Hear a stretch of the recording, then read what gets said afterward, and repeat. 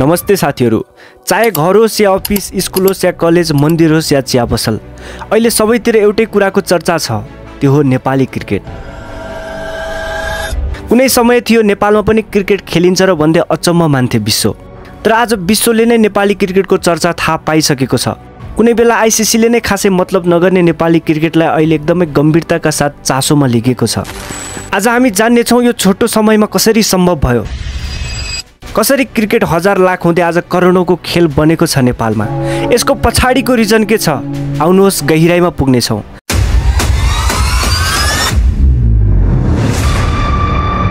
Nineteen 20 नेपालमा gentlemen's गेमको नामले मदन शमशेरले भित्राएका थिए। राजपरिवार र परिवारभित्रका विशिष्ट व्यक्तिले मात्रै खेलिने गेम भएकाले यसलाई जेन्टलमेन्स गेम भनिएको थियो। त्यो समय बाहिरी आम सर्वसाधारणलाई क्रिकेट खेल्न दिइँदैन थियो। तर 1951 मा प्रजातान्त्रिक आन्दोलनपछि क्रिकेट बिस्तारै सर्वसाधारणमा फैलिन थाल्यो। काठमाडौँमा मात्र सीमित थियो खेल, बाहिरी सर्वसाधारणका लागि खासै थाहा थिएन खेलको बारेमा। जब 1980 को दशकमा सञ्चार र यातायातको विकास भयो, क्रिकेट राजधानी बाहिर पनि विस्तार हुन थाल्यो। त्यसपछि आम सर्वसाधारणमा क्रिकेटप्रतिको मोह जाग्न थाल्यो। त्यसपछि 1996 मा नेपाल आइसिसी एसिसी ट्रफी खेल्न मलेसिया गयो। नेपालले जापान र ब्रुनाईलाई हराए आफ्नो राम्रो अनुभव बटुलेको थियो। त्यसपछि अन्डर 19 विश्वकपमा न्युजिल्यान्डलाई हराउनु, ICC world cricket league division 5 उपाधि जित्नु नेपाली क्रिकेटको नयाँ मोड थियो। त्यसपछि 2014 मा नेपालले बङ्गलादेशमा भएको T20 विश्वकपमा पहिलो पटक सहभागिता जनायो। त्यो समय आफूभन्दा बलियो मानिने हङकङ र अफगानिस्तानलाई हराउँदै विश्व स्तरमा आफ्नो उपस्थिति देखायो। सायद यही क्षणले नै आज नेपाली क्रिकेटलाई बचाइरहेको छ, जोगाइरहेको छ, विश्व स्तरमा चिनाइरहेको छ। 2014 को विश्वकपपछि नेपालमा न्यू मोडर्न क्रिकेट भित्रिएको मान्न सकिन्छ। त्यसपछि नेपालमा क्रिकेटको समर्थक र प्रशंसकहरू हजारौंको सङ्ख्यामा वृद्धि हुँदै गए। 2018 मा हातबाट गुम्न लागेको ओडिआई स्ट्याटसलाई करण केसीले पिएनजीलाई हराउँदै एक दिवसीय मान्यता 5 वर्षका लागि फिर्ता गर्यो। सायद त्यो इनिङ तपाईँ नेपाली क्रिकेट समर्थक हुनुहुन्छ भने कहिले भुल्न सक्नुहुन्न। यसमा एक रहस्यमय कुरा पनि छ साथीहरू। भ्यालेन्टाइन्स डेकै दिन करण केसीले उत्कृष्ट इनिङ खेलेर ओडिआई स्ट्याटस जोगाएका थिए। त्यसैले करण केसीलाई भ्यालेन्टाइन्स डे बोयको उपनाम दिइयो। त्यसपछि नेपालले 2023 मा एसिसी प्रिमियर कप जितेर पहिलो पटक एसिया कपमा स्थान जमायो। यस उपलब्धिले नेपाललाई ठूला एसियन टिमसँग प्रतिस्पर्धा गर्ने अवसर मिल्यो। बिस्तारै नेपाली खेलाडीहरूको मनोबल उच्च हुँदै गयो। ठूला टिमसँग खेलेको अनुभवले अझै राम्रो प्रगतिका ढोकाहरू खुल्दै गए। त्यसपछि 2024 को T20 विश्वकपमा नेपालले भाग लियो।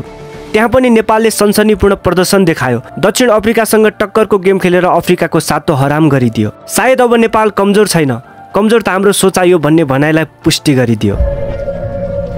आज हामीसँग खतरनाक युवा ट्यालेन्ट नेपाली क्रिकेटमा जन्मिएका छन्। लेग स्पिनर सन्दीप लामिछाने जसले ठूला फ्रेन्चाइज आइपिएल, बिबिएल, क्यारिबियन लिग खेलेर विश्व स्तरमा नेपाललाई चिनाइसकेका छन्।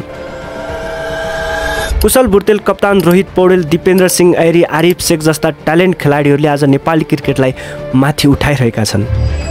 तपाईलाई लाग्न सक्छ कसरी नेपाली क्रिकेट यति माथि उठिरहेको छ?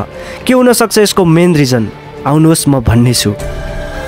यसको सबैभन्दा मेन रिजन हो क्यानका सचिव पारस खड्का। म उनलाई नेपाली क्रिकेटको गडफादरको नाम दिन आपत्ति जनाउँदिन। उनी खेलाडी हुँदा पनि टिमलाई एक्लै सम्हालेर अघि बढेका थिए। आज क्यानको सचिव भएपछि पनि नेपाली क्रिकेटलाई व्यवस्थित बनाइरहेका छन्।